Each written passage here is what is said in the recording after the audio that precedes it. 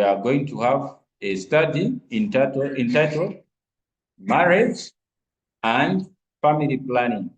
And so we want to welcome you all to today, Sabbath, the 22nd of March, 2025. And so as we wait for Brother Keagan to settle, we shall read the prayer thought, and then we'll be able to have a word of prayer and go into the main lesson. And so the prayer thought that has been selected for today is coming from Adventist Home, page 121, reading paragraphs 1 and 2. Adventist Home, page 121, paragraphs 1 and 2. And so the thought reads as follows. Jesus did not enforce celibacy. Those who regard the marriage relation as one of God's sacred ordinances, guarded by his holy precept, will be controlled by the dictates of reason. So we see from paragraph 1 that God is saying that he is not forcing any of us never to marry or get into marriage. It is not a forcing matter. Jesus never forced anyone. The fact that we know that Jesus never got married, he never left a hard and fast rule that none should be remain unmarried.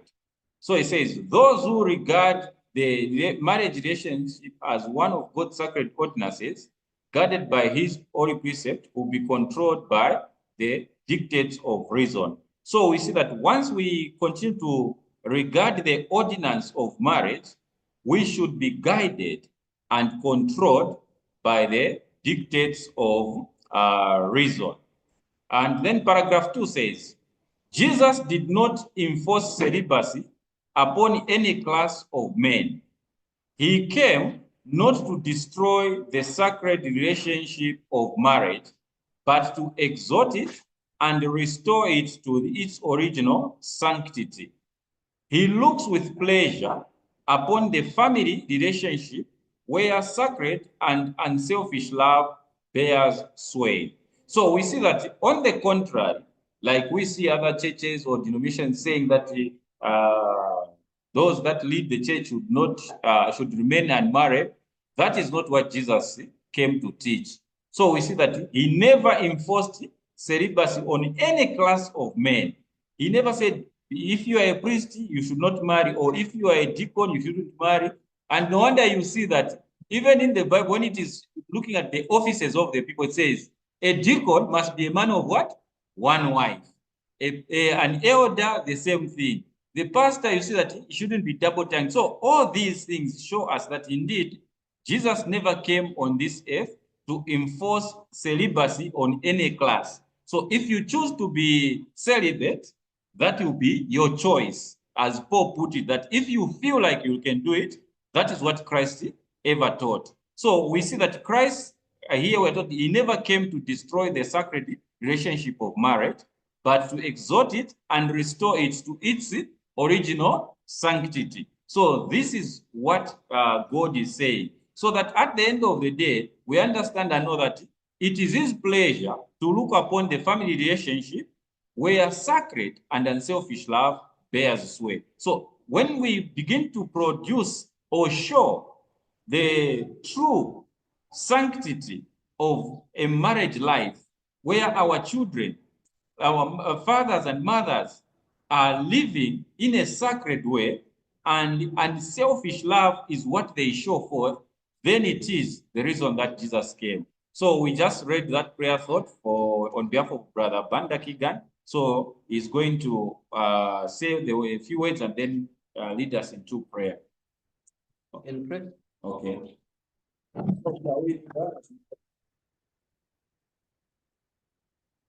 Our Father, which art in heaven, we thank you for today. We've decided that we should look at this subject today, the subject of family planning, so that when we look at it, we'll be able to grow our family, and we'll be able, oh Lord, to learn that which you intend us to learn. Because from the family, oh Lord, is where you're going to build the kingdom. May you give us wisdom and understanding so that we may comprehend the truth that is intended for today. In the name of Jesus, we do pray thanksgiving in our hearts. Amen. Amen. Amen.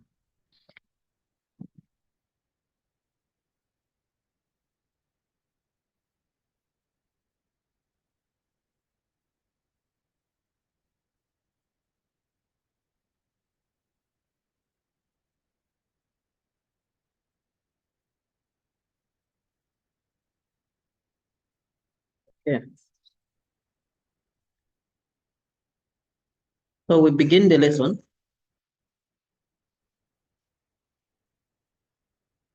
So the way the lesson was compiled is that before it's marriage and family planning, because we cannot discuss family planning without marriage. Like if we go straight in discussing family planning, they would think as if we are condoning everyone to be doing family planning without being in marriage. That's the reason this study was compiled in such a manner that we put marriage and family planning to be inseparable. That's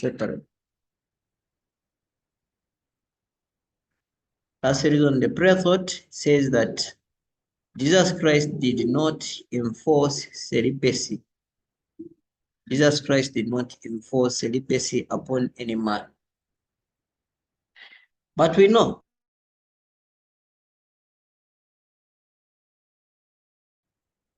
So sorry, we have some network challenges. Let's see. I think even that time when you were singing, this must have happened. I was saying that marriage and family planning are inseparable.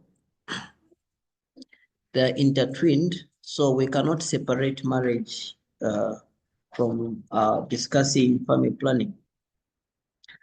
So therefore, the prayer thought was read saying Christ did not enforce celibacy on any man.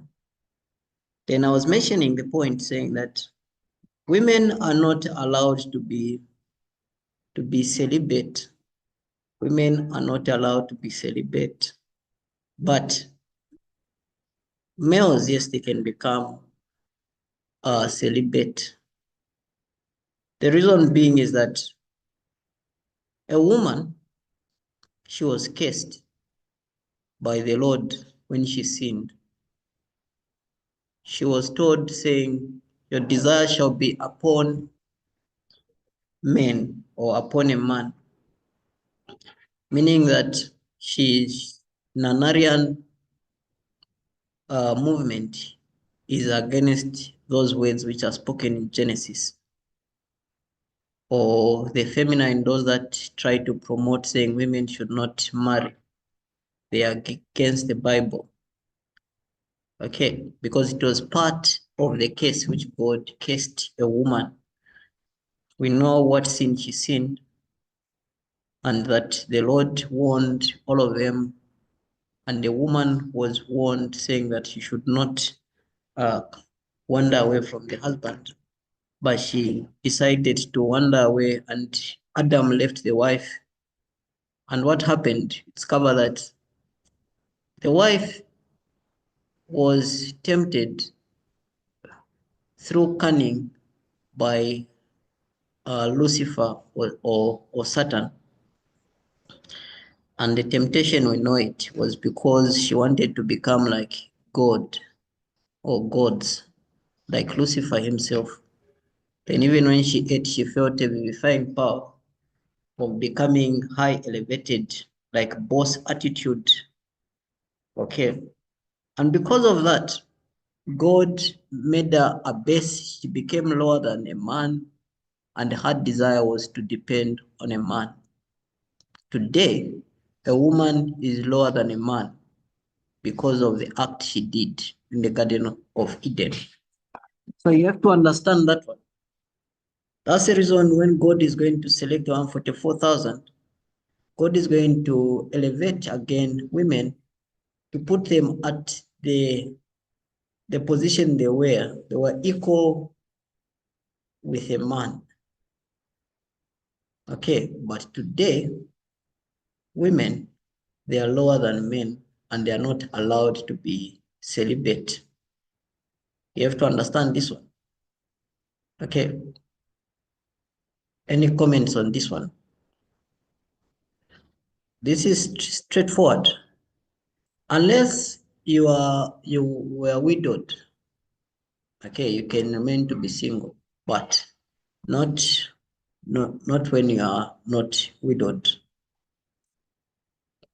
But a male can choose to be celibate because that is not part of their case. It wasn't part of their case.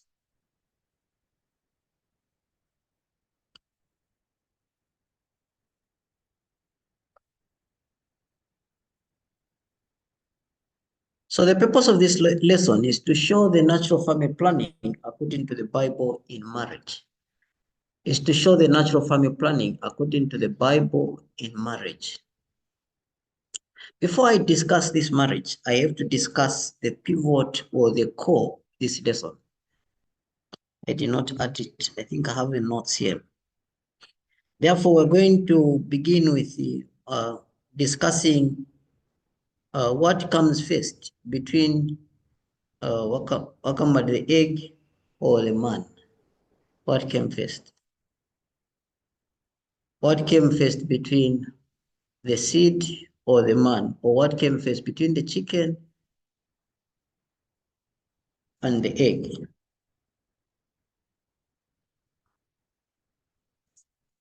You understand what I'm discussing? Okay. That's what I'm going to draw. So this, from here we have to discuss this is most neglected. I don't know, it's a neglected study by all of us, or we do not pay attention. So with this, I'm going to discuss the life energy or the seed of copulation. The seed of copulation. You know what it means to copulate? Huh? Hello? Do you know what it means to copulate? Huh? Huh? Copulation. To have the seed that can produce a child. You understand? It's not called copulation. To copulate.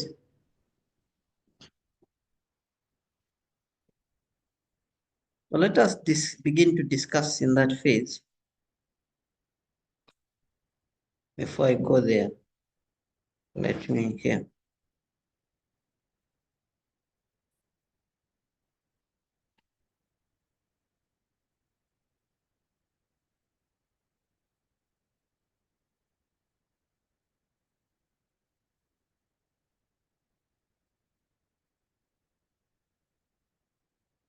Yeah.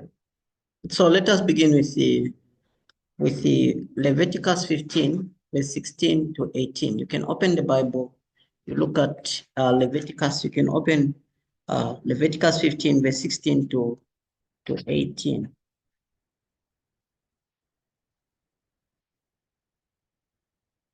Yes, yes, I. Yes, yes, Leviticus 15, verse 16 to 18. Okay, Leviticus chapter 18, chapter 15, verse 16. It says, "And if any man's seed of copulation go out from him, then he shall wash all his flesh in water and be unclean until even." 17. "And every garment and every skin whereon is the seed of copulation shall be washed with water and be unclean until even. 18. The woman also with whom man shall lie with the seed of copulation, they shall both bathe themselves in water and be unclean until even. Okay, have you understood the verse? Yes. Father Piri says he has understood the verse. What of the audience? Have you understood the verse? Ati? Yeah? It's clear?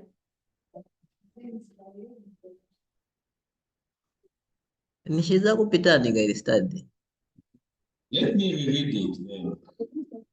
Leviticus chapter 15, verse 16, 17, and 18.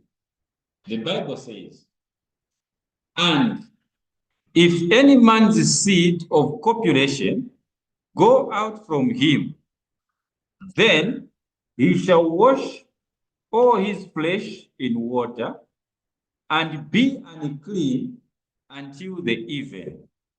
Verse 17, and every garment and every skin whereon is the seed of copulation shall be washed in water and be unclean until the even. Verse 18, the woman also with whom man shall lie the woman also with whom man shall lie with seed of copulation, they shall both bathe themselves in water and be unclean until the even. End of quote. Have you understood, Sister Olivia?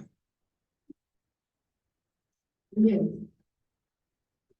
Okay, so in a nutshell, what is it saying? What of Brother Daniel? Have you understood the verse? What is the seed of copulation?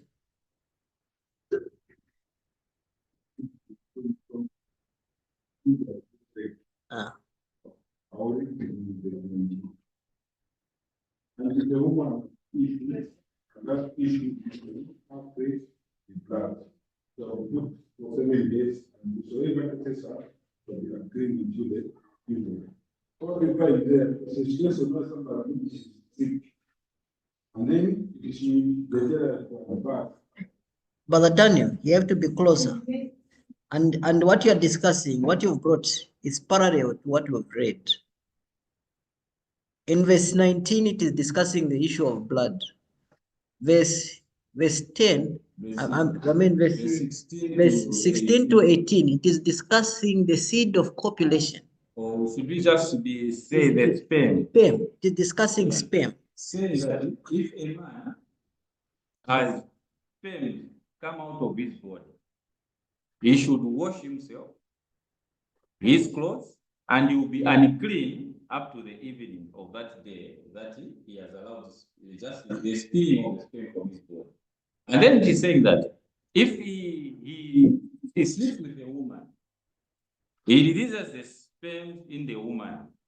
Both of them must wash themselves in water. They should bath the two of them, and they will be unclean until evening.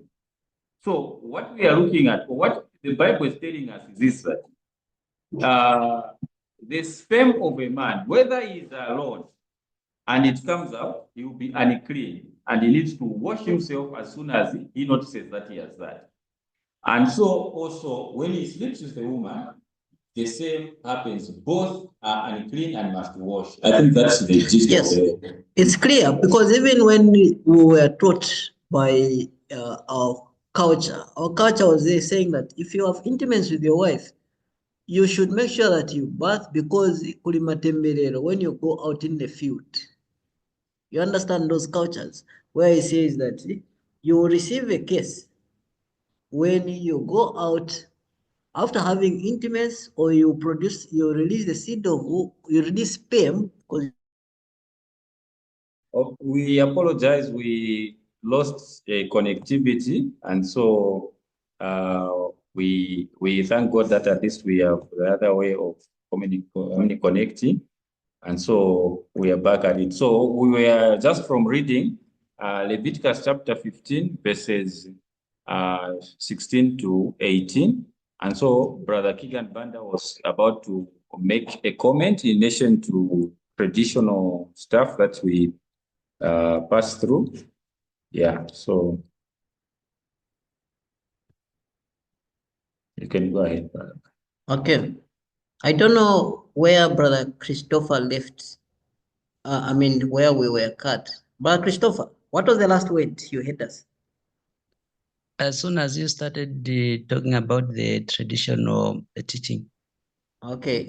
In traditional teaching, we are taught saying that after having intimates, once the sperm is released, comes out, we should not go out and bath. You have to bath yourself. You have to cleanse yourself from that. Okay, because if you do so, you're going to have misfortune. Okay, that is tradition.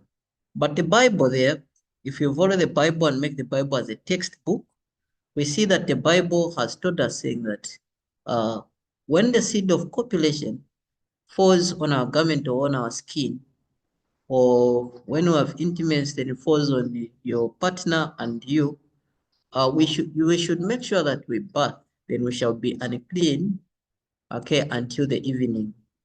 That is the verse. Okay. So that is the law of the seed of copulation. Okay, that's what also where we're going to find the law of menstruation there in the same particular chapter of Leviticus. Okay, so any question pertaining to that? And no, it's clear. Okay.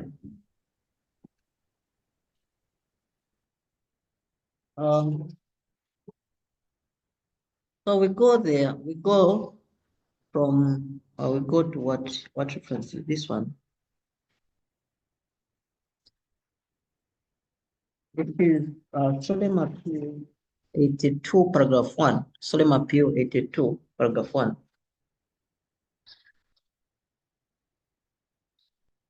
It says, once their life energy, okay, it says, from the blood, the elements of a new life are formed. You see here, it says, from the blood, the elements of the new life are formed. How you form a child? SOAP. Then the one which is abbreviated as SA, it is shortened. SOAP. Yes, correct. No, not in the red one. Yeah.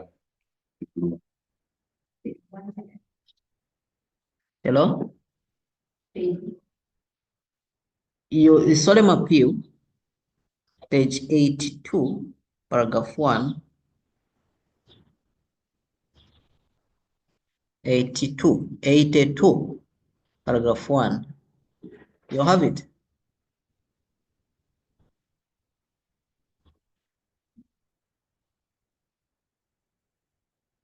Okay, you can go. Do you have the blue up?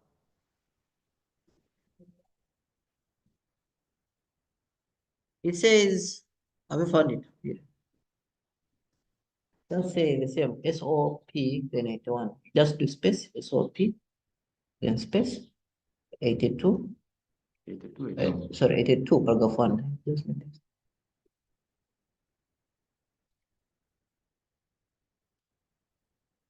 You press there. Yeah. Okay, says from the blood. Okay, so I read the Solemn Appeal, page 82, paragraph 1. It says, from the blood, the elements of a new life are formed, and it has been ascertained that the material called semen, which goes to generate a new being, is so refined, so intensified in its vitalizing power, that that 1 ounce of it is equal to 40 ounces of blood in any other part of the body. Then, 2, The nervous force expended is amazing, for in the sexual organs, we find a union of the three great systems of nerves. That is, the vegetative or nerves of organic life, the emotional or nerves of animal life, and the intellectual or nerves of spiritual life. For the last two sacral nerves, which to supply the generative organs, have their ganglia within the dura mater of the spinal cord, thus differing from the other spinal nerves and resembling the nerves which originate in the brain and are connected with the mind. End of quote. So what do we see there? We see, remember that Leviticus has told us how when we produce the seed of copulation, we are unclean. But this one now is beginning to explain to you what that seed of copulation does. Understand? The seed of copulation is semen or sperm. It is beginning to explain what it does and the importance of it, saying that in it, it's not just sperm. Did you get the reading? It is not just sperm. It constitutes three things: spiritual, okay? Spiritual and what? Organic and emotions. That's what it has told you. The emotions, the organic matter, and the what? The spiritual life is in the sperm, is in that seed of copulation. That's what the reading has. And not only that, in the reading, we have found also saying that 1 ounce of it is equivalent to how many? 40 pounds. Or is it 40 ounces? Okay, yeah, 40 ounces of blood. So meaning that the release of 1 ounce of semen or sperm is equivalent. When you check the ounces here in the dictionary, discover that it's like, you can check it up where you see you're losing blood, in short. For instance, most of people, they say, the body takes time. Others, they say it takes time for them to form what we call the epithelial cells, the cells that we have. It takes time for the body to begin to create them, okay, or generate them. But it takes more time, 50 times more, to just create semen or sperm. More time, more energy. Okay, so meaning one epithelial cell can enter into what? Into sperm 50 times or 40 times. You understood? I hope you understand me. Okay, so meaning that this is valuable. Okay, this is the energy. In a nutshell, if you are not understanding, it says God placed in this gadget, we have a battery. We have a battery. That's the reason this is running. In this gadget also we have a battery. So the battery in the human life is what you call the seed of copulation. In females, it is what you call leukorrhea. We're going to discuss that. It's there in the notes. Okay. If this is not used properly, if these are not used properly, you discover that others, they'll have a lot of conditions. Okay. And the cells, they'll be failing to generate themselves. You have to understand this one. That's the reason God also brought up this what you call family planning, because the children of God were expected to learn and understand this, the importance of sperm. Okay, maybe on the measurements, just on the measurements, your 1 ounce is equal to about 28 grams. So like you were saying, if you release 1 ounce of semen, it's like you are losing 28 times 40, yes, of blood. Thank you. So you've understood. It's like you're losing blood. 28 of that is 28 times what? Times 40 is what? If you have lost, how much blood have you lost? How much blood have you lost? That will be 1,120. That is 1.1 kg of blood. Yes, that is 1.1 liter of blood. Yes. Because we are looking at So it's about a liter. You've lost, like you've donated, you know. It's not a joke. This is Scanso. I'm just quoting. It's Scanso. It's telling you how much you lose. Yeah, maybe I think with that understanding, it is worth rereading the statement so that we now get it. Because now we'll be substituting the statements. Okay, where there will be ounces, we'll be putting the actual grams. So we are told to say, from the blood, the element of a new life are formed. I'm sure that one we understand. Okay?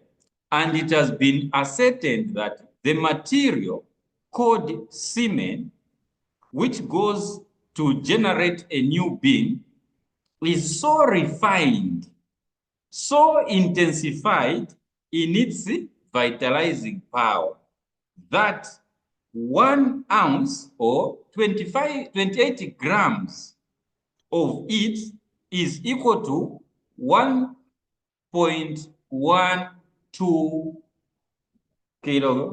milliliters of blood in any part of the body. Then, too, the nervous force expended is amazing.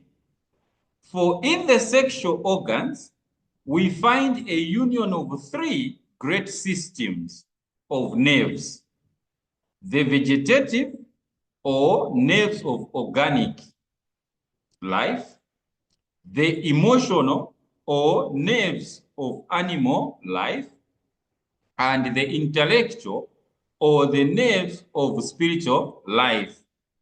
For the last 2 sacral nerves, which to supply the generative organs, have their ganglia within the dura mater of the spinal cord, thus differing from the other spinal nerves and resembling the nerves which originate in the brain and are connected with the mind. End of quote. Now, with this one, Brother Keagan, looking at what God is saying there, he's saying that they originate from the spine. Is it the reason why maybe we see people complaining of backache? Oh, okay, now I understand. So we see that the more you engage in sex, the more you affect your spinal cord. Wow. Okay, so if your father used to have back pain, Mhm. okay, pass it on to your children. So we see that all that is about you. Now, the other thing also that I was looking at is the definition of the 3 kinds of nerves that are involved. So when you are talking of the emotion, we are talking about the feelings that we have towards each other or what? I want What to about understand. the comment? Oh, okay. Okay, thank you Okay. so much. So here we see, number 1, we see the vegetative or organic nerve, meaning that the only fuel that is designed for man is not animal dirt. Okay, it means saying it's a plant-based diet is what can form a human being.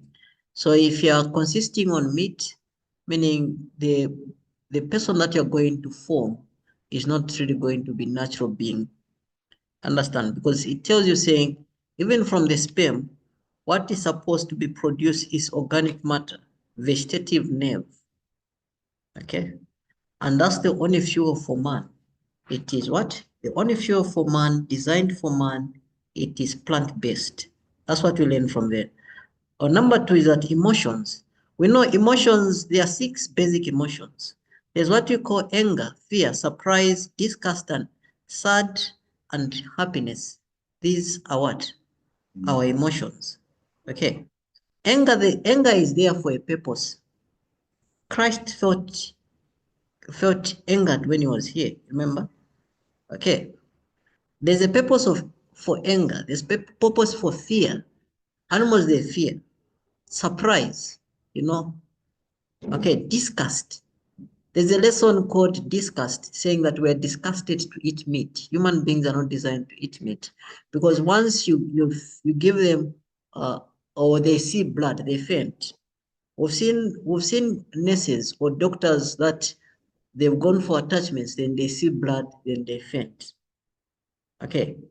Oro ukaona chekintu mwaona muntu okufa tupima mmamveka flu yaenda. That is disgust. Naturally, we're disgusted, or we see vimauphos. We are disgusted at that. The only reason why we want to eat that, because we will disguise it by putting tomatoes and stuff, and so that it smells nice, cook it, and we eat. But according to the natural emotion put in us, instilled into us by God, we are disgusted at what? At meat. So these emotions, they are there for a reason. Just like the emotion for what?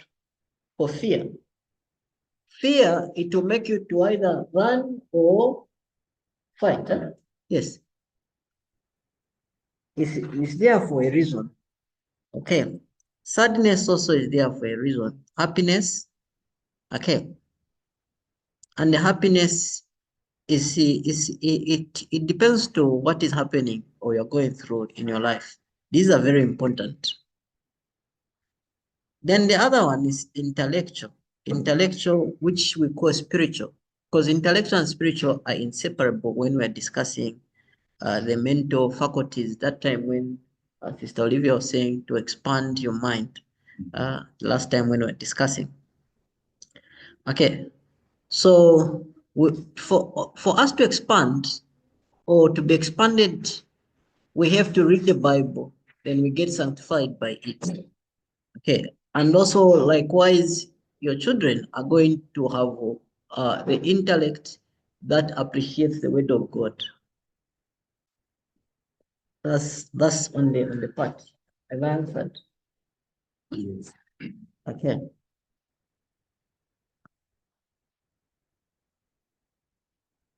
Okay, effects upon women. 92. Paragraph 2.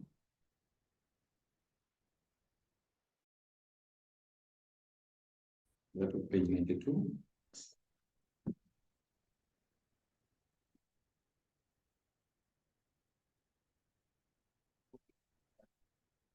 Father Christopher, are you getting the lesson? Yes, I'm getting the lesson. Unfortunately, I can't find page 82 even in the blue app, the one that In I'm the blue using. app, it means your abbreviation is wrong. You have to do SO. Your abbreviation, you're using SA. You have to do SOAP. Yes, if you do SA abbreviated, they will only put the part of Ellen White, because Solemn Appeal it's a co-written book. It was written by James White and Ellen White. So what they've done is that they've removed most of the part, just like the way they removed the way to a little flock. They removed the major part, the one that they put in the red book. In the red app. Have you found it now? You said SOAP? Yes, correct. All right. Then you leave space. Then you put the page. You've seen it? It's still searching. Or you don't have bundles. Turn on your bundles. If you haven't downloaded the book, then you search. Okay. It has come, huh? It's still loading, but we can continue. Okay, thank you. Okay, so we go to page 92, paragraph. How does it start? Paragraph 2 says females. Females.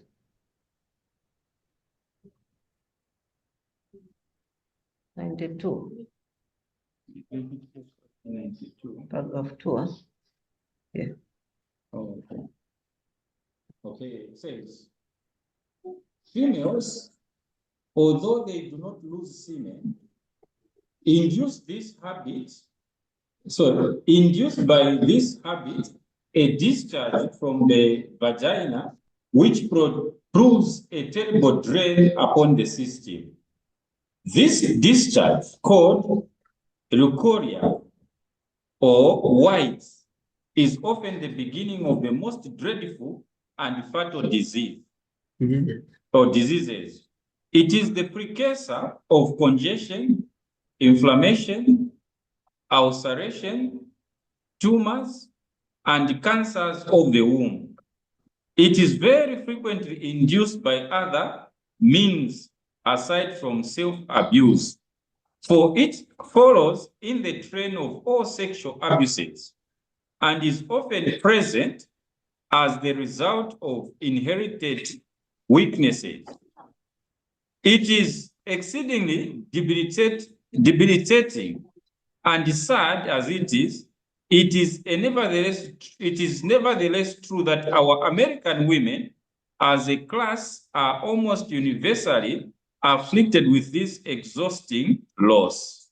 Continue.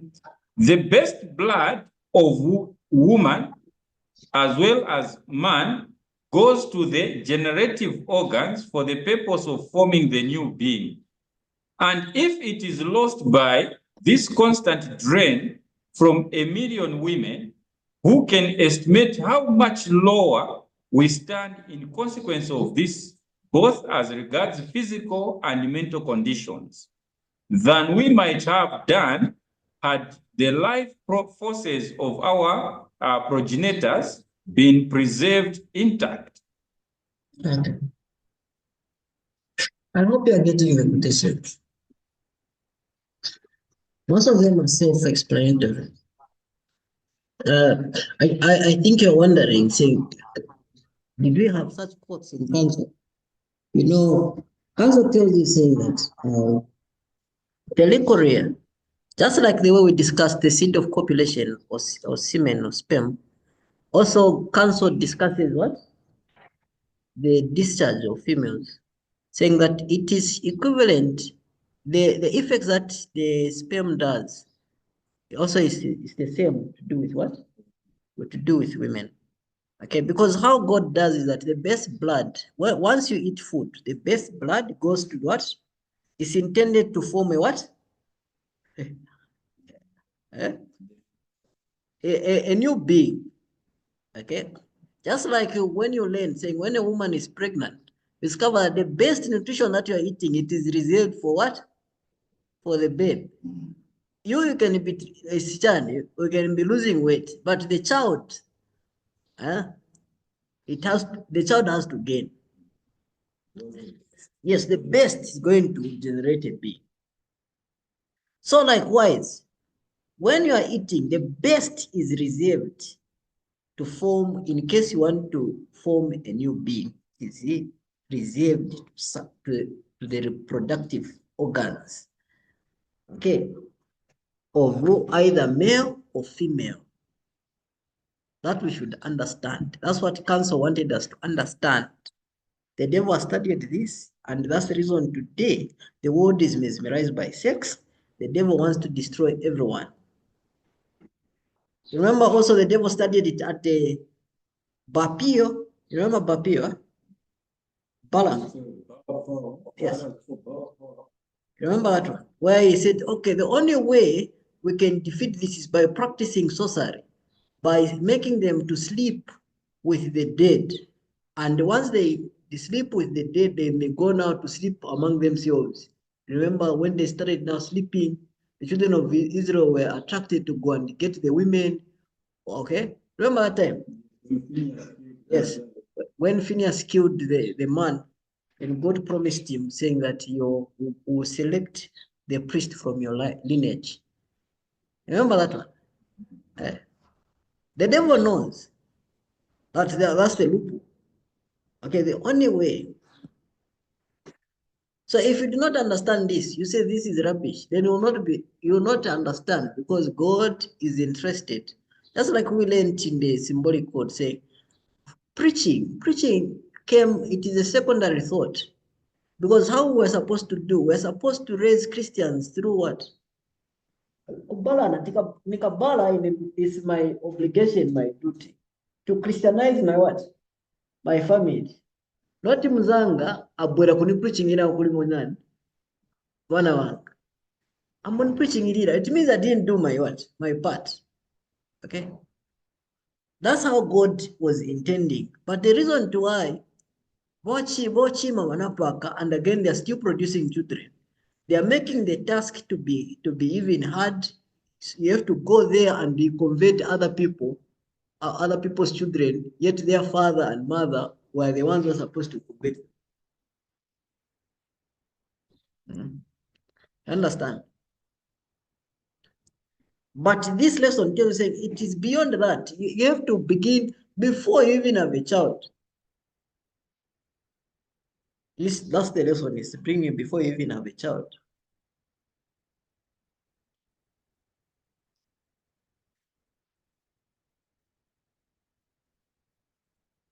Yes, SA to the same. This is general.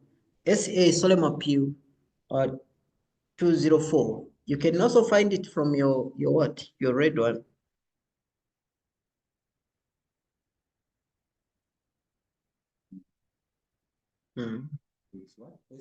A.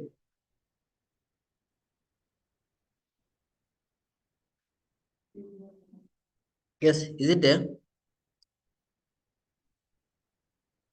Is it there? No, SA.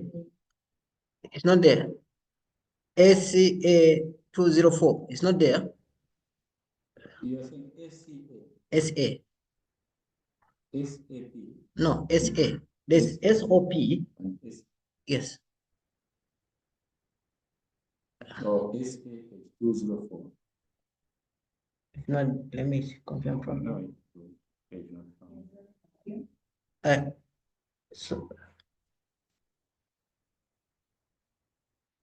then just go to the same. Yes. It's not there, okay. It is.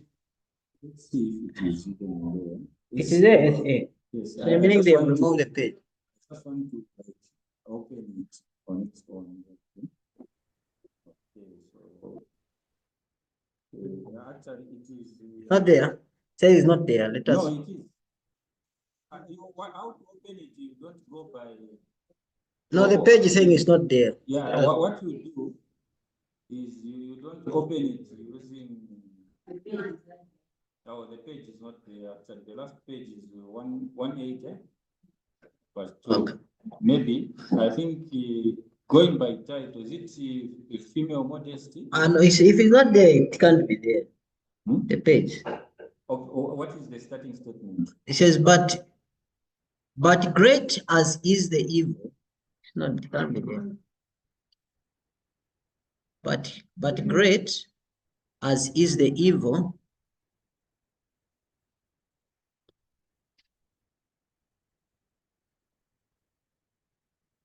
Maybe you'll find it in other quotes.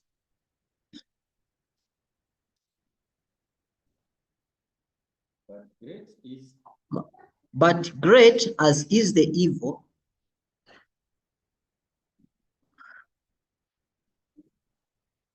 Because sometimes you may find that it was it's not there for you. No, it's not there. Okay, it says, but great as is the evil, especially to growing youth, consequent on this drain of vitality, that inflammation always unnecessarily consequent on excessive indulgence in all its forms, is much more prolific of both disease and suffering. Whoever indulges often and weakly is often in wedlock or out of it will experience an unnatural heat, tension, tenderness, irritation, swelling, perhaps soreness in these organs of course resulting from their inflammation. So have you gotten this quote? You can read it again there. I want all of us to get this quote. What has this quote said?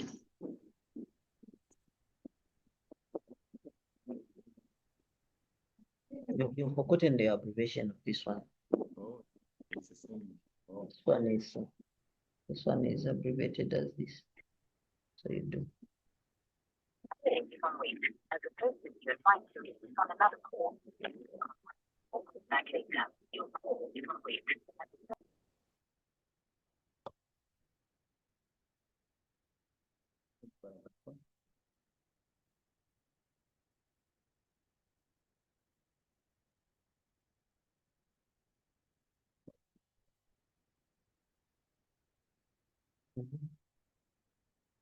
You can read. It says, but great as it is, the what? Okay. Huh?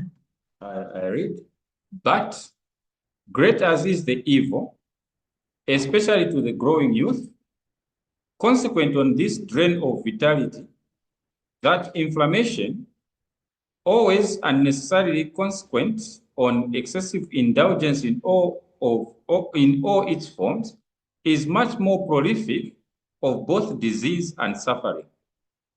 Whoever indulges often and weakly is often in wedlock or out of it, will experience an unnatural heat, tension, tenderness, irritation, swelling, perhaps soreness in these organs, of course resulting from their inflammation. I continue? Just there. So what are we getting from that book?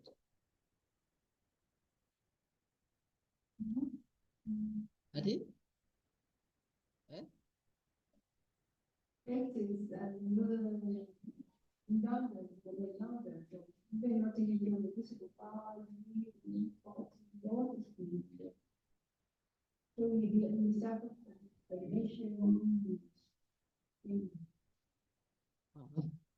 That's the side of Sister Olivia. What are you getting? Oh, it's saying that is the side of Sister Olivia.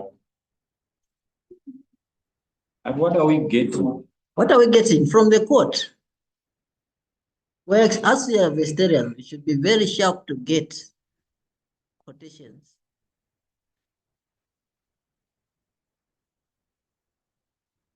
We are saying, just like she has said, overindulgence in sex drains the vital powers of a human being, and they lead to soreness and inflammation. I'm sure certain people, we are dealing with the marriage, right? Yes, yes. Okay, so we find that some after the intercourse, you find that the organs bulge, others they have sores. So God is saying that when you overdo, the result is that this is where even disease starts from. This is what we are told to say.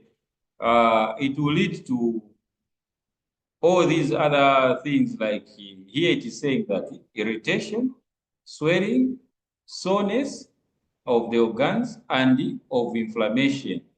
But now, what God is saying is, whether wedlock, that is whether you are married or not, these effects don't choose that, oh, this one was married in the right way, so he can do excess. No, whether wedlock or out of wedlock, excessive sex is bad. That's what I'm getting. Bernard, can you comment says whoever does often and weekly, what does that mean? Are you in the court? Yes. Then what does that mean? Whoever indulges Indulges often and weekly. is often in wedlock or out of it, will experience unnatural heat, What does that phrase mean? Tension and natural heat.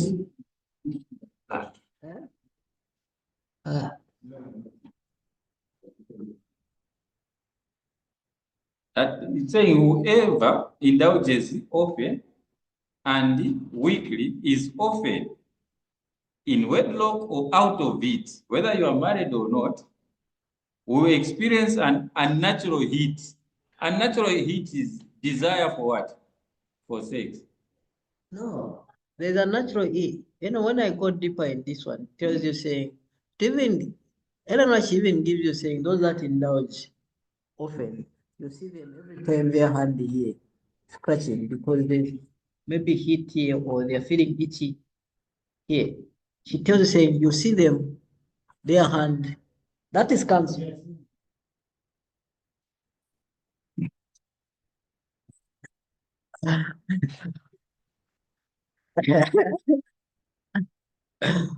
Huh?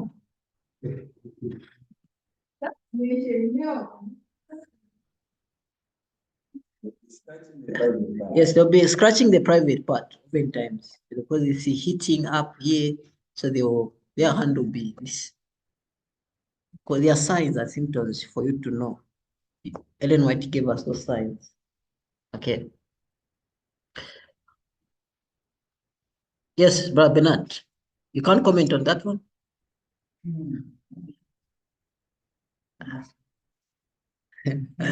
Okay. Then you should not be here. Should not be here. You should be out. Okay.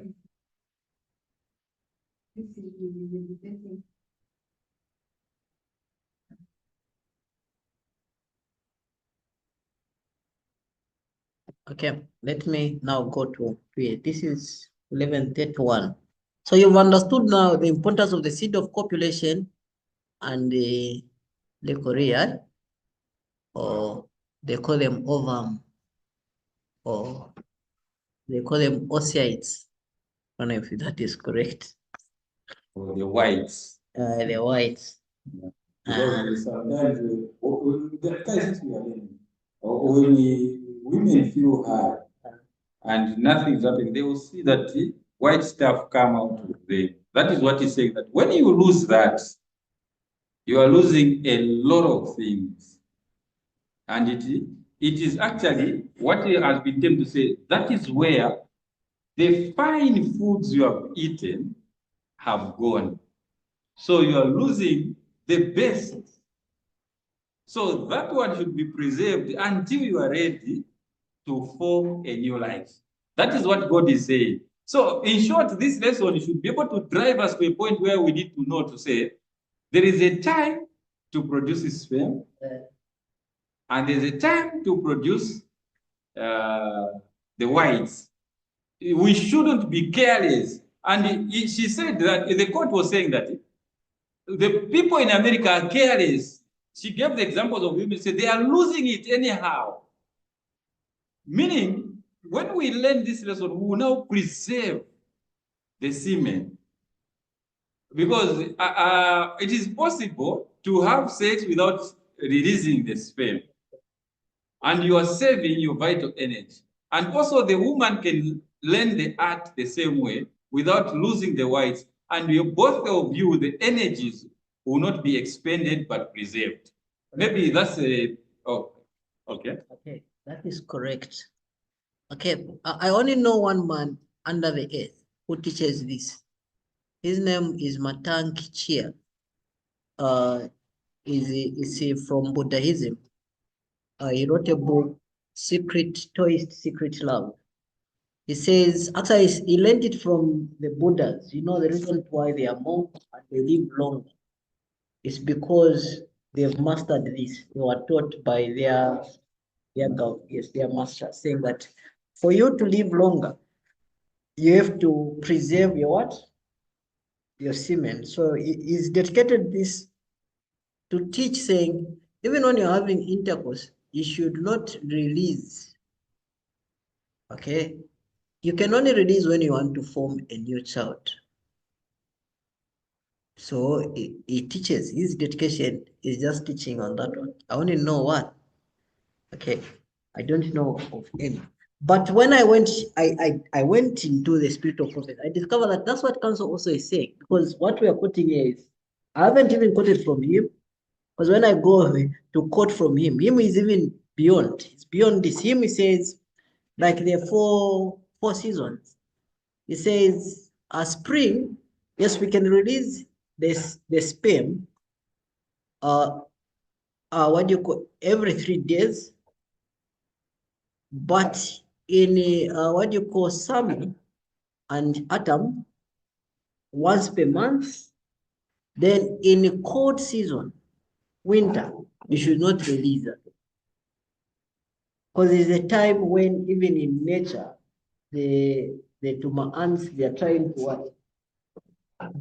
They are trying, they already reserved what? The food, huh? And it's a time you drain more in cold or winter. So we should reserve. That's according to him, how he has even gone to in discussing of this. Okay. So he teaches what you call cultivation of sperm and conservation of sperm. But even council tells you the same. It tells you saying that the more you do, there's 4 sons where they say that one came, while others they stay saying that if you do not involve into sex, you're going to have prostate cancer. That is not true. Others they say if you do not indulge vijavispemu, tivima ononga, ativima kuononga, if you're not indulging in sex, vikuononga. But that is not science, because once you don't use it for release, the same best sperm, it can go and repair organs that have been damaged in the body. Okay, they regenerate organs in the body. For instance, the liver, you feel pain, or the liver is getting damaged, and if you do not indulge into that and you have best meals, that can be reabsorbed and go and repair organs. Okay, brain repairment, organs that have been damaged due to maybe food and other things. That is the work. Okay.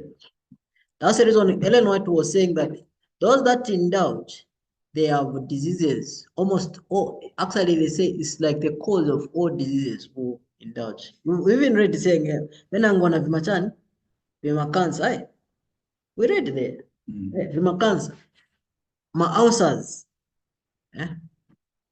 ulcers, all those things, right? We read.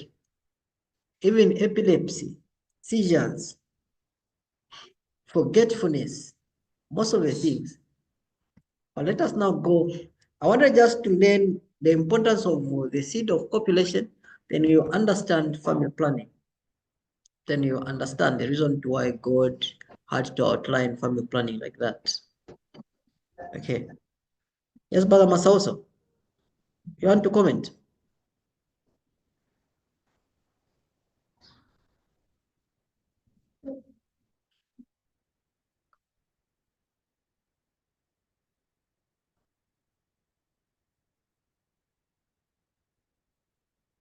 Yes, Sister Olivia, you can come.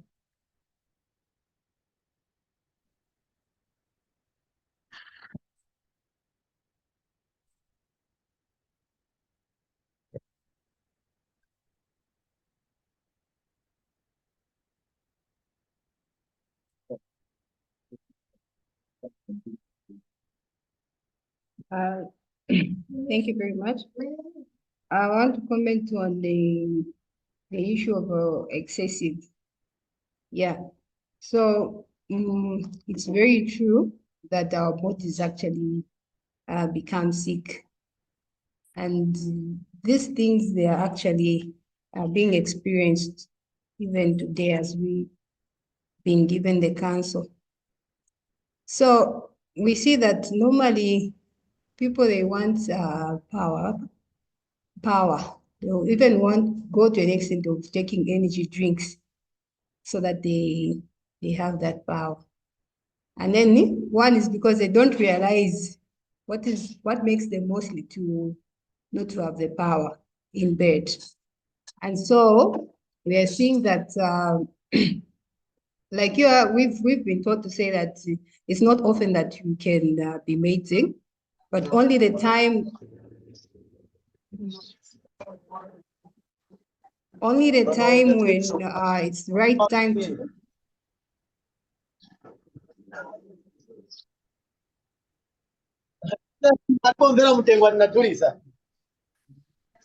Yes, I want.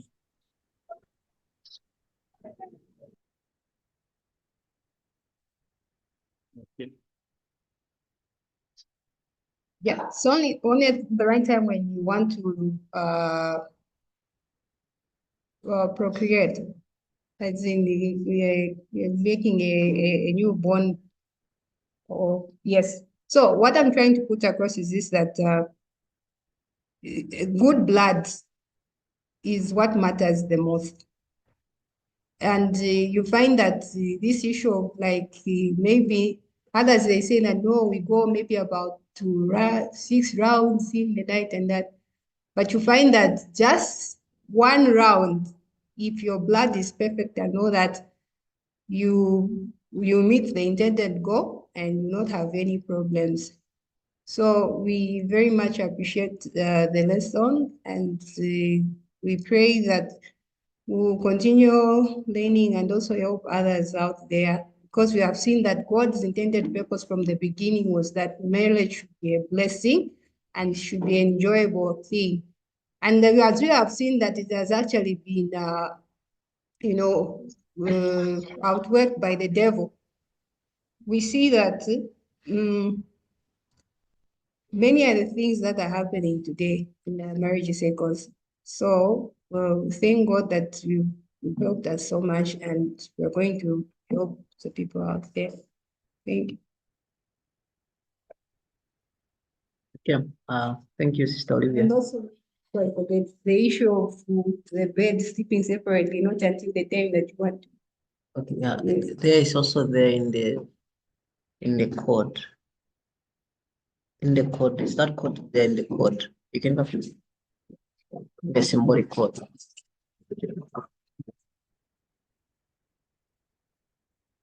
Look for that code. Because it is the code. Let me just give you the page. My comment is on the sin of secret vice. Yes, correct. Yes, induced self-inducement. Yes, masturbation, self-abuse. Secret vice. Yes. So there was this training at work. Lucky enough, I wasn't part of the. I don't know. They chose everyone, but me, they didn't choose me to go for the training. And even my other friend, I think, but my other friend was out. So we were the two of us who never went for the training. So, but what surprised me was that this training was done by a Christian organization here in Zambia, Christian organization. And then they were teaching that this sin of secret vice is okay. And yeah. And their argument is not based on science, like we are learning here. It was based on pleasure. You see that, eh? Because this is based on science, the whole structure and how it affects the entire system. But them, it was based on pleasure seeking, being happy. That's what their basis was.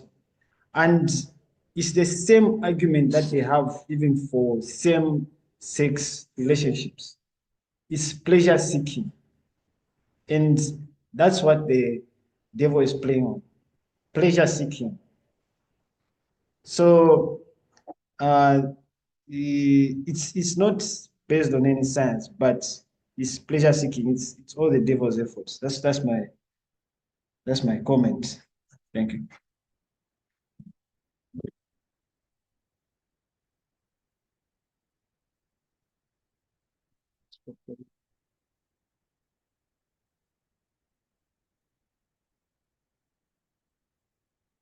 to that court. Also have one.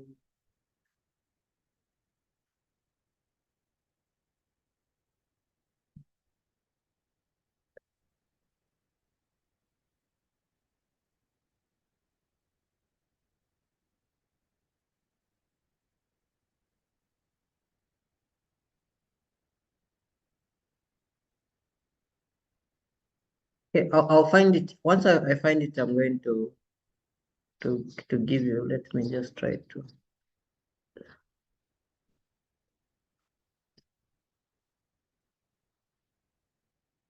Sister Olivia. The code that talks of secret bed is there in the code, but I'm looking for it.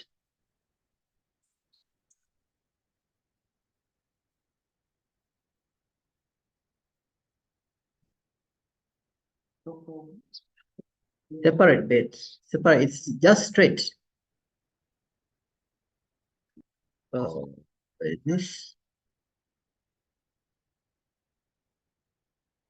It is in the complicated. No. Why is that called? No? What was I saying?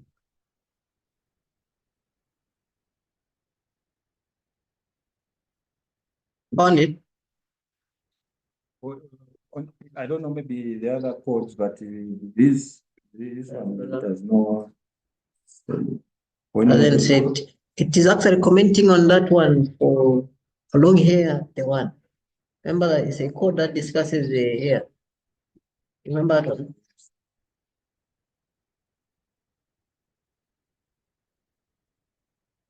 Says that as if it was shaven. Remember that one? Shaven. That is.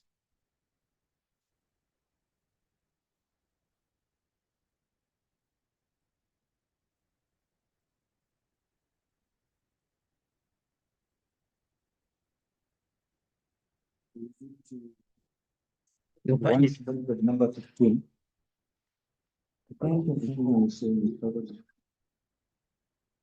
The same one, but now it should be the code. Then now down there's a bed. There's issues of the separate bed in the same code. Let me. Yes, sister. Ate?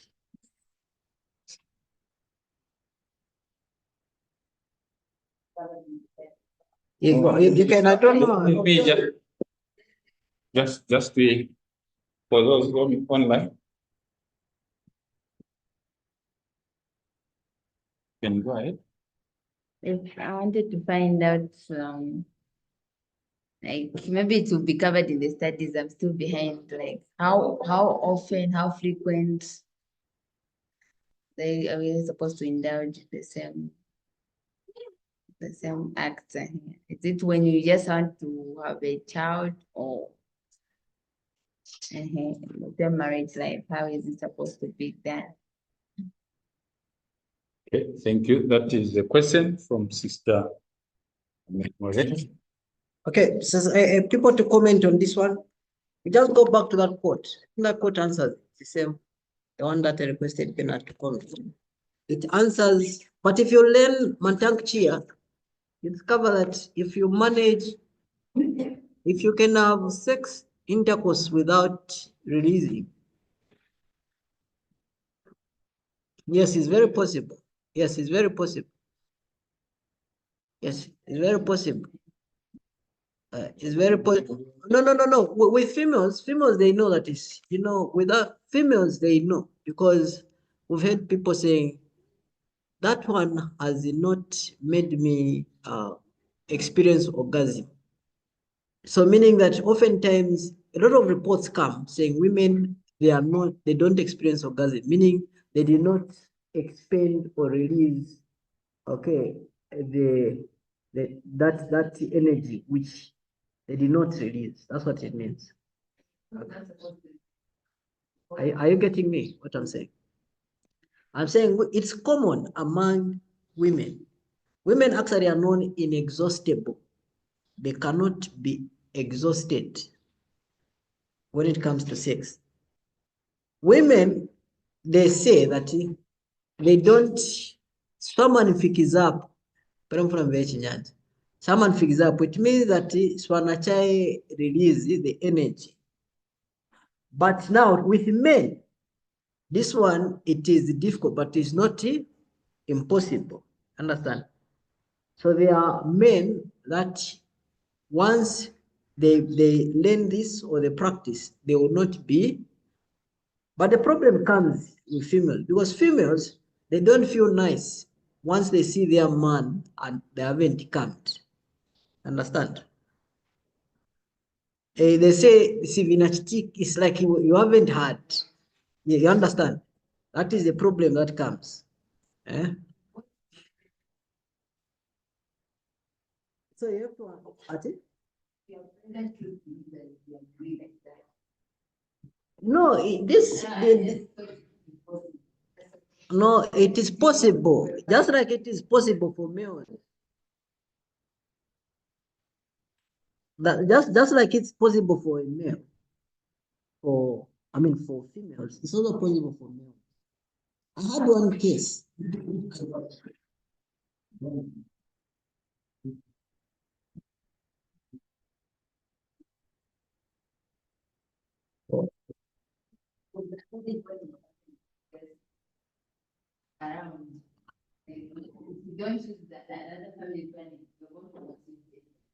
Oh, yeah, so sorry. For those online, sorry. Yeah, so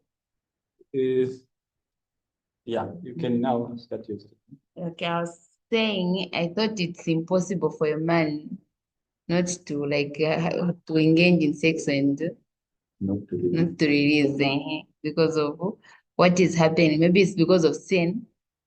If a woman is not on family planning, maybe you find that within it's easy for them to conceive, to have a baby, even without planning, unless if they use other family planning methods or they use a condom and yeah. But if they don't use anything, you find themselves they are pregnant. So that's why now I'm blaming. So now the only problem is that I'm not a man. No. It is possible. A man can release. If you haven't reached orgasm, there's nothing that's going to happen. You can't conceive. No, you can't. So the problem is the devil has stolen our thinking that for as long as I haven't taken anything, I'm going to be pregnant. But you can protect that yourself by not reaching. Yes, because that is when you release your energy, and the man also releases energy. Now, imagine if all of us, like you have said, I like the statement say that if you are all present truth believers. Now, we are all present truth believers, but we are doing it and becoming pregnant. So, meaning we didn't know what to do. And so, the fact that this wonderful lesson has come, it is helping us now to know to say, okay, at whatever time, if all he wants is to satisfy his emotions, like you says, you just be there, but you find that you don't reach orgasm, nothing will do what will happen. I think, isn't it, brother? Yes, that's what we are trying to understand from today's lesson. Yeah, and you are also saying something. No. Oh, that's no. Okay. Okay, Sister Olivia. Yeah, just that our brains have been brainwashed. Yeah. So I don't just remember the quote where we are told by God to say that it's not okay for us to be like having children like yell. Oh, I will bring it. So I Oh, okay. Okay, since part of what Sister Olivia wants to comment is in the lesson, so I'm sure it will be covered. Okay, back to Brother Keagan. I think it's this one. So the one that talk of this D. I think it's this the code. Okay, yeah, that's the one I'm reading now. Let's say because it says page what? I think it is 15 page or 15 page 3. Yes, I have a question. It said that women are inexhaustible. Yes, But there are certain men that claim to say no, but them they have over the woman. Yes, that's the meaning inexhaustible. They are not exhaustible. You understand? I'm saying the men, there are some men that think that they have too much energy. Yeah, what? They've got too much energy. No, there's no man. Actually, there's reason to why there's no man under the earth that can be compared to a woman when it comes to sex. So there is no complaint. Men when it comes to sex, they have limitation. The rounds they can go, they have limitations. Females, they can go infinity rounds. You understand what I'm saying? So what are you saying? Men that complain because What if you find a man complaining? It means therefore that he is not making the woman to reach orgasm. That is basically the whole point. The men have more energy than the women. Okay. Maybe because of actually it's not the natural energy, because I think it is this induced energy, the artificial. no, Yes. because the energy that cancer talks about in Solemn Appeal is where men send their women to the early grave, like they kill them. You understand where that energy? Yes. So it says you send them to the early grave. Like the reason to why most of women die is because even the type of sex they do and the energy but when it comes to the length and what females, once, for instance, if they are not feeling pleasure, they can be bruised or irritated. You understand? Then you're just going because there has to be there's what you call temperance in sex. But that one I haven't reached there. There's a discussion based on just that side. Okay. So what they mean is maybe because they are used to do hardcore sex where they just do first, they are rough in short, then they send they send their wives to. But the length, if a female she just wants to do it, she can overthrow whoever man. 10 men, 20 men, she wants to do it. She's inexhaustible. Women are inexhaustible. You have to understand that one. Okay. They can go because a man, for instance, a man release one round. It takes there's time for a period of rest for you to again to recuperate. Burning our energies. Come on, 15 minutes time. Katika 15 minutes time again, you gain your energy. Number two, maybe to take some time again. Once you feel drained, third time, then you discover that now you are gone. You can even sleep. But females, discover that a female, she can even do chores. You can speak closer. Are there no conditions that can Yes, correct. They call them a woman has low sex appetite. That's what they. So those low sex appetite, that's the reason men can take advantage of, because she can be bruised and be affected when she's not in the mood. Actually, they say in the mood. So the factors are a lot. The factors that can trigger that.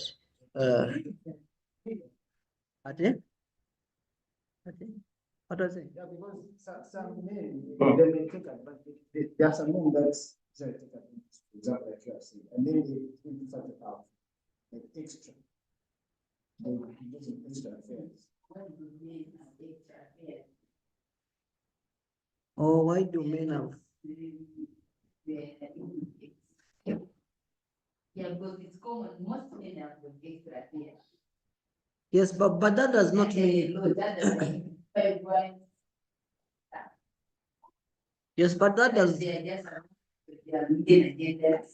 that.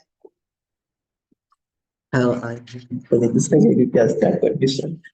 And that does not mean that males are inexhaustible. The reasons to why males they can have extra affairs is basically simple. You see, for instance, if they have married a woman, then the woman maybe she every time there are factors, of course, different factors. She's become unattractive because there's a difference between lust and love. You have to understand that, and the sexual indulgence.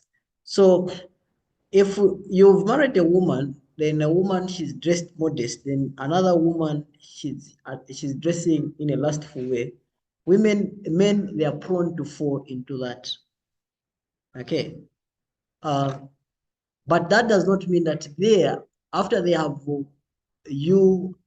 they have just having intercourse with you, again, they're going to have intercourse with this one and that. Even those people that practice polygamy, they know that males, even though they can marry different women, they cannot have intercourse every day, maybe 10 times or 5 times per day with each woman. They don't do that. They don't. So there are factors. I don't know if you've learned those, the factors. For instance, if a man has felt that there is no sense of respect, you deprive them of the marital bed. It will begin now to say, okay, I can continue with her since I have children, but I can be having sex intercourse with someone, okay, whom I know that cannot give me disease. But this one, okay, so they decide, others decide to marry, others is culture, okay, but that does not mean that they have more intercourse compared to what? So females are taught, they are taught strictly how to be a woman and how to notice, to satisfy their men and to make their men not run away to follow what the other women. But again, those women that those men that have several or more women is because it has been a trend. They were what you call, they were, when they were young, they were libertine. Council discusses libertines, those that do not have the law.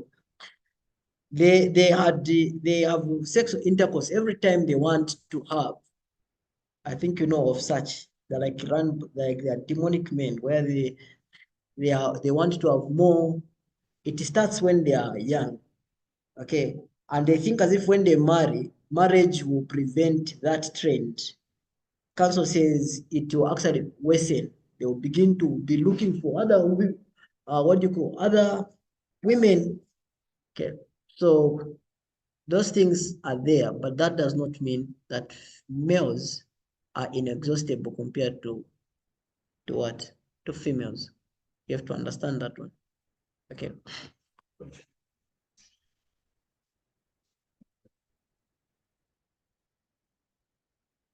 You can put the credit there. When a woman and a man they're meeting, and then the woman, the man does what? Releases the sperms. And the woman doesn't, she has not reached what is the orgasm. Can she conceive or she cannot conceive? Okay. That was my question. I was not clear. Okay. So that point which was brought by Wapiri, it has been brought again. Okay, the question is if a woman, what we have to, let me go there. How many minutes are remaining? Before I discuss the marriage part, let me just go down.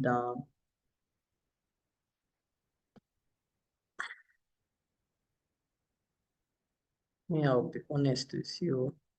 Let me just, okay, is it this one?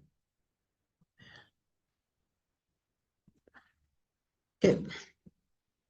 This one, starting a family. Okay. So council tells us saying we have to plan when we want to start a family in marriage. I've skipped the marriage discussion, though we're going to discuss them later so that it cutters some of the questions. It says, for which of you intending to build a tower sitteth not down first and counteth the cost, whether he have sufficient to finish it?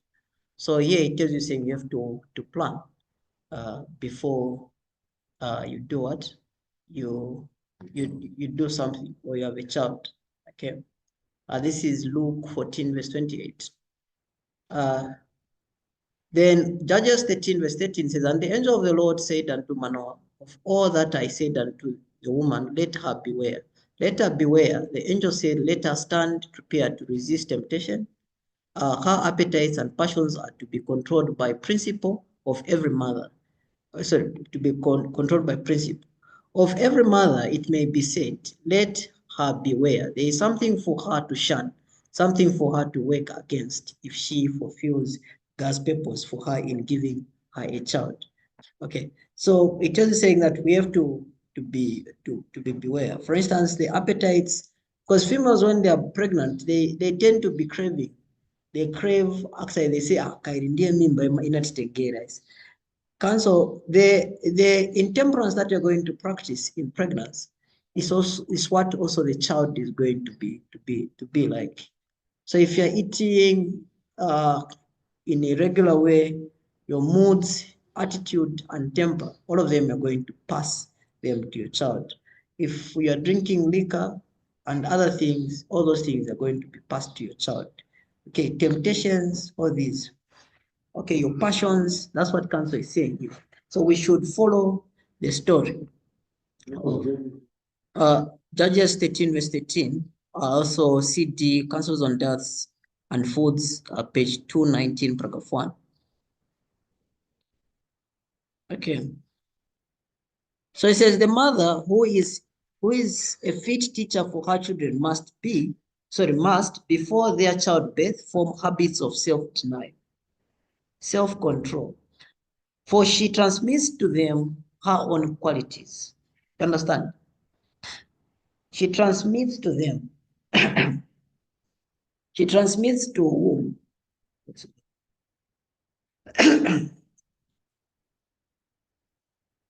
For she transmits to them her own qualities, her own strong or weak traits of character. The enemy of souls understands this matter. The enemy of souls understands this matter much better than do many parents. He will bring temptation upon the mother, knowing that if she does not resist him, he can through her affect her child. The mother's only hope is in God. She may flee to him for grace and strength. She will not seek help in vain. He will enable her to transmit to her offspring qualities that will help them to gain success in this life and to win eternal life. You understand this? Because Adventist home tells you, saying, who Christianizes the home? Between the husband or the wife, who Christianizes the home? Sister Mlimo. Who does? Who Christianizes the home? Yes, the wife. It's the wife that does Christianizes the home. If the wife is not a Christian, the home cannot be Christian. You have to know that.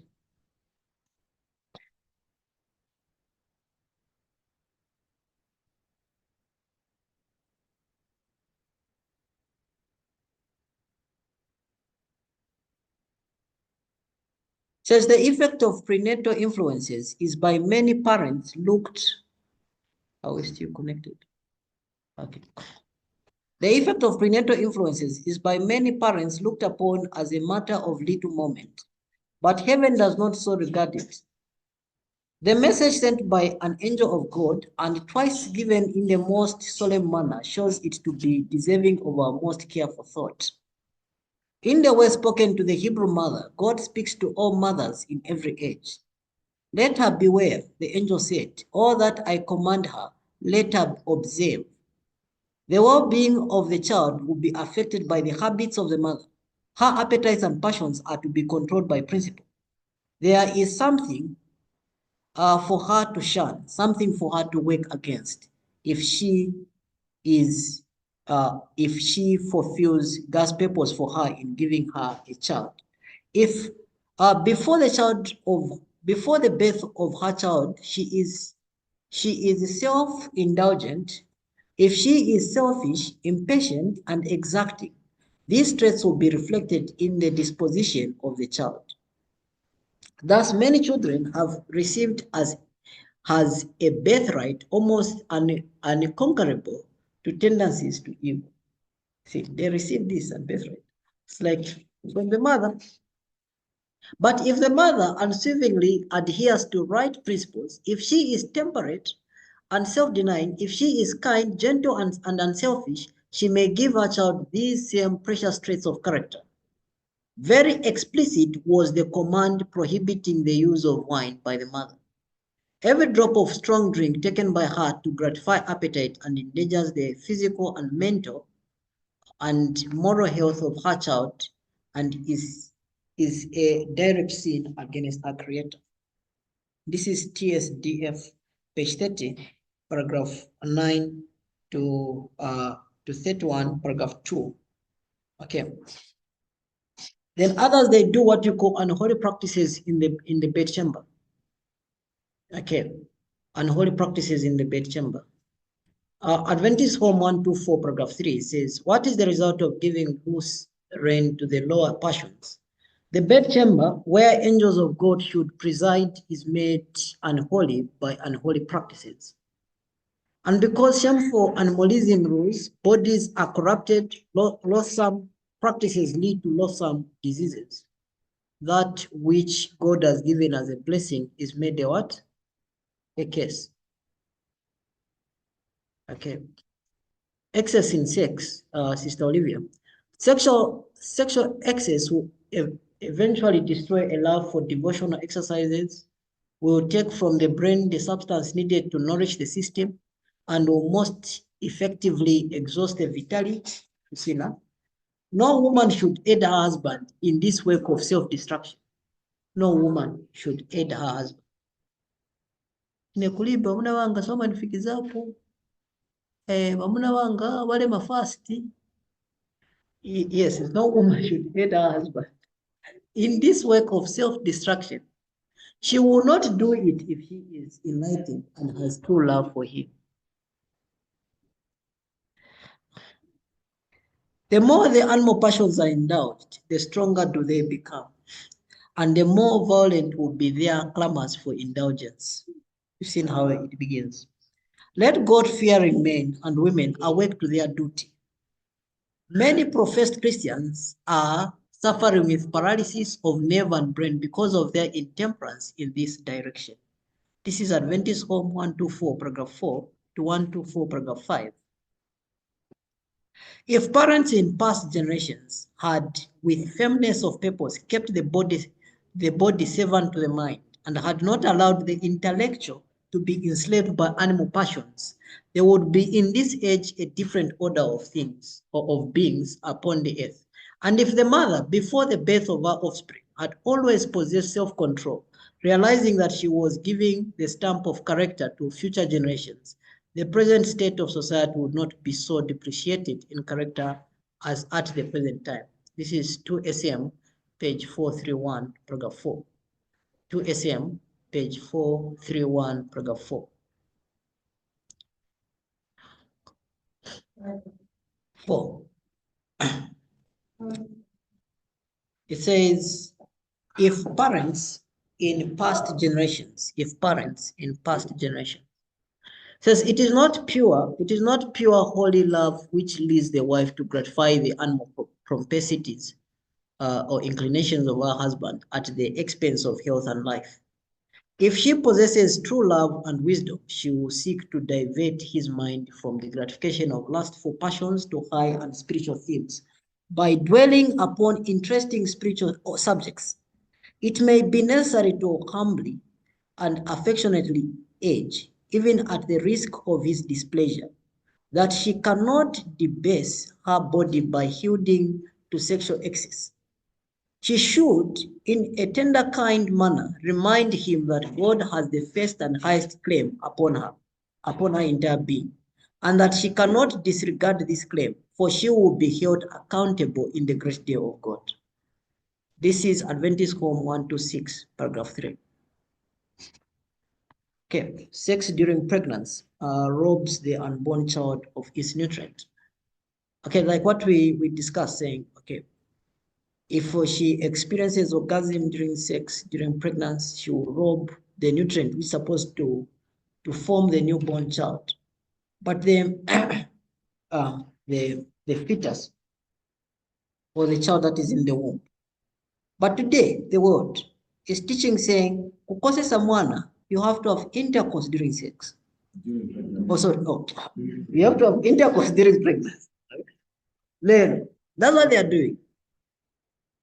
Atia, mukosese mwana.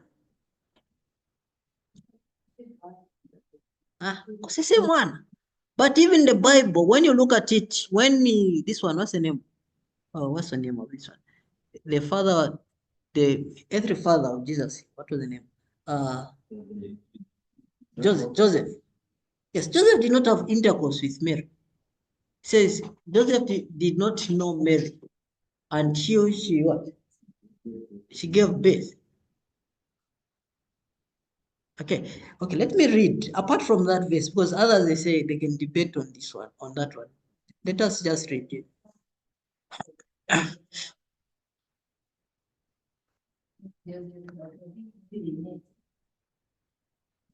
What do you mean they made? I know we're going to read that verse. Is there? Is it there? You can begin by reading the same verse. That is Matthew 1. Yes.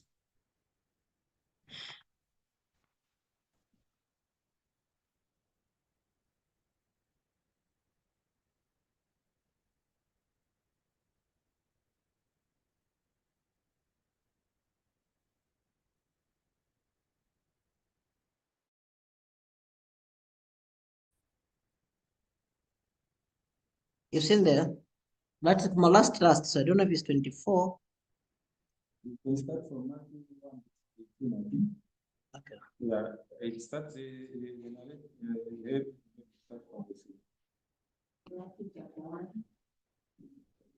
They start from the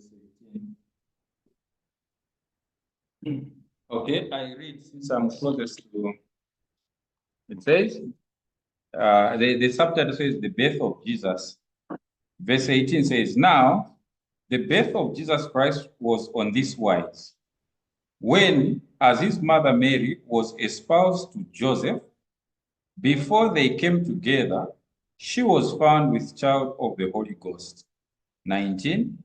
Then Joseph, her husband, being a just man, and not willing to make her a public example, was minded to put her away privy or private. Verse 20.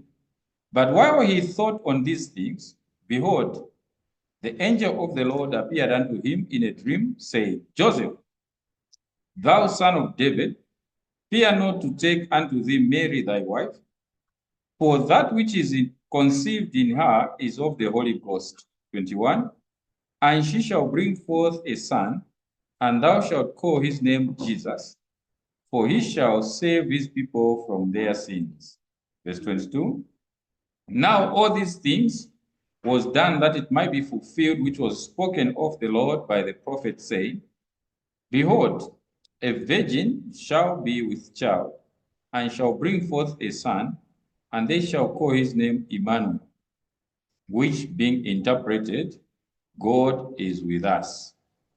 Verse 24. Then Joseph, being raised from sleep, did as the angel of the Lord had bidden, and took unto him his wife, and knew her not till she had brought forth her firstborn son, and he called his name Jesus. Okay. End of quote. Verse 25, what? Verse 24 or 25. You've seen there. He did not. Mm. Okay. Ellen White here and James White, Wright says, okay, let me begin from here. This is in the paragraph. The child is begotten in mere passion. The father transmits his propensities to indulgence along with the excitement of irritation of the sexual organs arising from those propensities. And not only this, but the sexual passion is indulged during pregnancy, which causes the mother to transmit doubly of the doubtful ill to the offspring within her womb, while at the same time The nerves force expended, the nervous force expended detracts just so much from the rights of the child to inherit a strong, well-balanced and healthy organization. Every orgasm expends of the mother's vitality, a portion that should go to nourish and develop her baby. Every orgasm which she what? Expends means what? She spends, or she uses, every orgasm she uses of the mother's vitality, a portion that should go to nourish what? And develop her baby. Okay. Very much of the weakness and lassitude experienced during pregnancy is due to the exhaustion consequent upon the sexual embrace, and the forming child must suffer from its effects. For the mother cannot impart what she does not herself possess, health and strength with elasticity of mind and earnestness of purpose. She can't do that. You've gotten this? Is it not direct, this one? It is. The menstrual cycle. Then the menstrual cycle, then once we learn the menstrual cycle of the woman, then we'll be able to go now to the family planning discussed in the Bible. Okay. Okay, this one. So any questions pertaining to this one? Okay, I don't know, Brother Mwale, has your question been answered? Because this question is specific. Okay. But I remember. Yeah, this question is specifically okay. It is in that. It is in this. The issues of ovulation, where a woman can release. When you learn egg, we have to discuss on the issues when, because this study the way I've organized it, how many eggs are in a woman when are in a child when is born. Okay. Because sometimes when children are born, female children are born, when they look down in their vagina, they see blood. And they are born with before they are born, they have more eggs. When they are born, they have more eggs, but less eggs compared to when they were not born. But when they reach manager, or they reach time to menstruate, to have menses, their eggs, they are what? They are reduced. Understand that? They are reduced to 300,000. But the time when they were in the womb, maybe they had 7 million. Then the time they are born, they have 3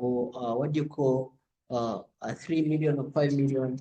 Then the time now they reach time to attain that around 12, their eggs they reduce. Then now when they have to do what? When the ovulation, because we know that menses is a sign that a woman is healthy and stuff. We know that. But when you study, you discover that there's a specific time when a woman ovulates.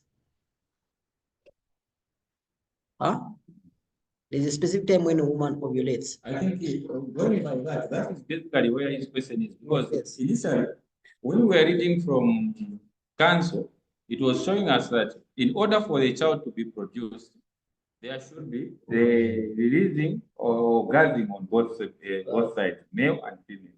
Now, his question is in our relation to say, is it possible that a woman doesn't reach orgasm? Can she conceive? Yes. Yeah. That's why I was going to the issue of ovulation, because there's a period when a woman, but unless you understand the chart, there's a period when a woman, for instance, you meet her, then the egg has been dropped. You meet her at the time of ovulation, though she hasn't experienced orgasm, she can have a child. Okay, then it means You it understand? changes the narrative from what we You earlier understand? on looked at, right? Or you've seen cases where, after there are a lot of cases where a woman was raped, then was pregnant. You've seen such cases. There are a lot of them. Okay. Meaning that they are in the period of what? They are in the period of ovulation. That's what I wanted to draw to. That's the reason I took my time, because we have to discuss the actual subject. The actual subject is family planning, but particularly on the issues of when you discuss the seed of copulation, when to use it. Because she even asked a question saying, is it possible? But the one that is outlined in the Bible is that there's a specific time when you have to indulge. Okay, which will be covered in the lesson. But due to time, we're going to continue with this lesson. This is 12:25. Any more questions? You simply have 5 minutes remaining.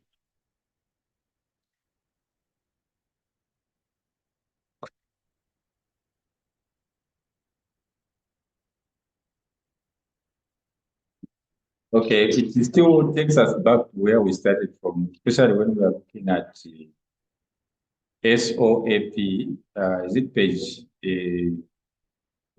82? Yes. And also, is it 92? 92.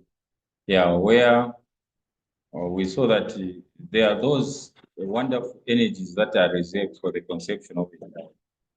And now we see that ovulation, whether that is reached or not done, has also its natural course, where should it meet any sperm, somebody can conceive.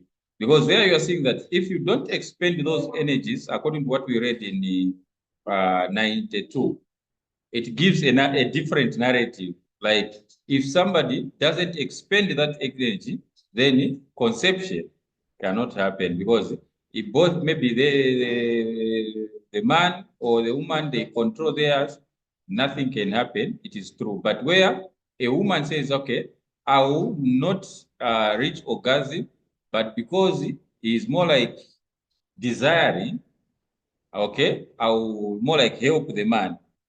So you find that now here we see that the life of the eggs, they don't note whether you have ovulated or not.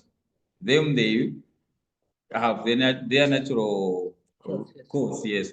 So then it means therefore that the understanding that we had to say a woman must reach orgasm and a man in order to have a child, it becomes maybe questionable now.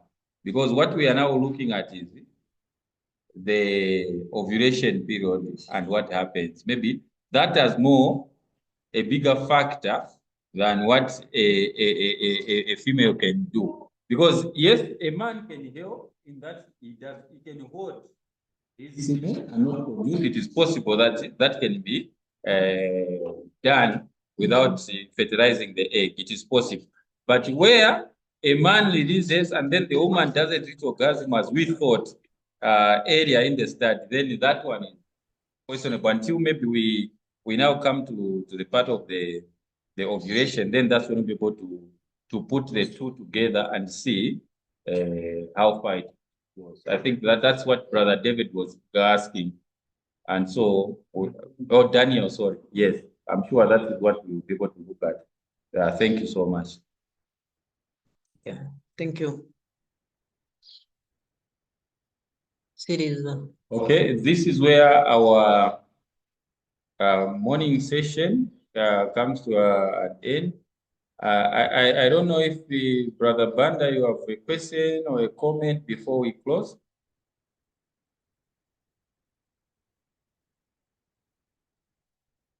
I don't have any. Oh, okay.